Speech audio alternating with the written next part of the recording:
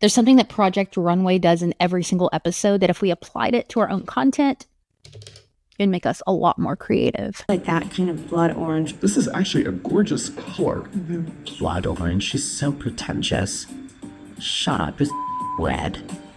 No, not that. I'm a little embarrassed to admit this, but I have been binge watching Project Runway, which is crazy because I spend half of my life in pajamas and workout clothes. I've been noticing that there's one thing that they constantly do that guarantees they're going to pull the best out of their designers. You must take the decorations in this room and make a fabulous holiday party cocktail dress. Oh, yeah. For this challenge, you will not be going to Mood.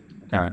You're going to Goodwill. But it's not about the challenge itself. It's about creative restriction. And here's what's wild. I've been interviewing creatives from all over the world, filmmakers, writers, directors, and they have all been telling me the exact same thing. You need a structure to operate within.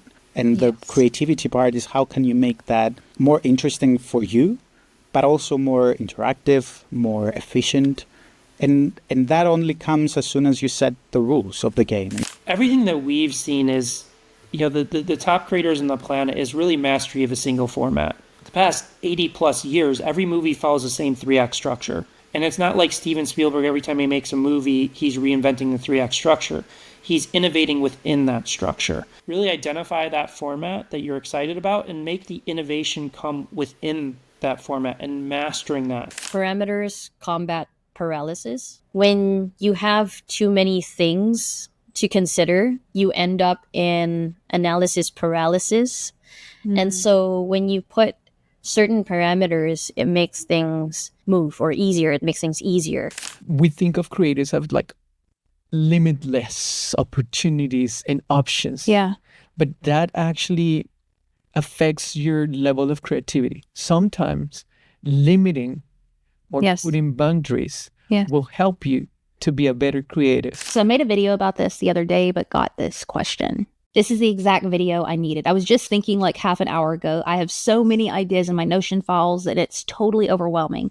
The funny thing is my background is landscape architecture and we use design constraints all the time. Never thought to apply the same principle to content creation. I'd love to hear more on this, like what constraints or structure you use in your storytelling. I can do that. I love this question because for creatives, the problem really isn't lack of ideas. It's too many ideas. We're like idea machines. But if you don't have judges giving you challenges and restraints, how do you pick your own? So let me show you exactly what restraints I'm using. First and foremost, this stinking chair. I have been sitting in this chair for almost 2 years, and it came from me getting frustrated with trying so much content and it not working and not knowing exactly what I was trying to say, that I told myself that I would sit in this particular chair until I figured out what my message was. Little did I know that that would lead me down this path where I've been using storytelling, clips, callbacks to really craft my content. I didn't know it was a creative restraint. I thought I was just punishing myself. But this chair sitting in one spot is a restraint. Also time. I do short form content. So it's usually between 60 and 90 seconds that you have to tell a story. So that time restraint isn't limiting. It actually elevates my creativity and drives me absolutely crazy in editing. I'm not going to lie to you. Me using a book or a quote. If you've watched my content, you notice that I almost always have a book at the very end. That's not just for branding. It's also a creative restraint because I know that's where we're going to end up at the end of the video every single time.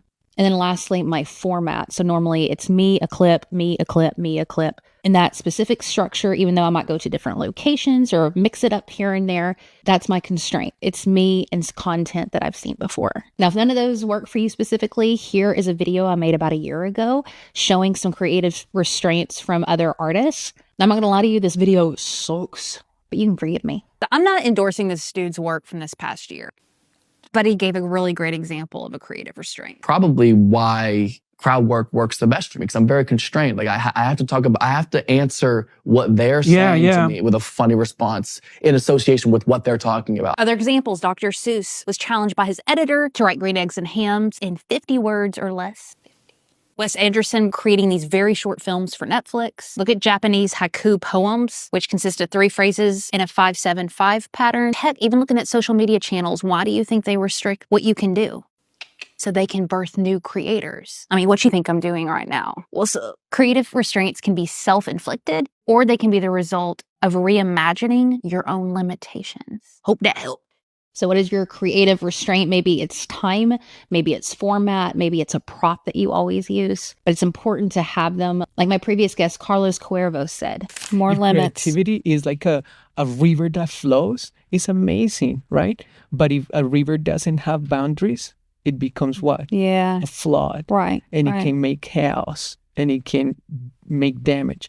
But if you put some boundaries to it, it can take you somewhere. So I hope this answered your question. Hope this was helpful. Comment down below and let me know if there's a creative restraint that I did not mention so we can help give this woman some ideas.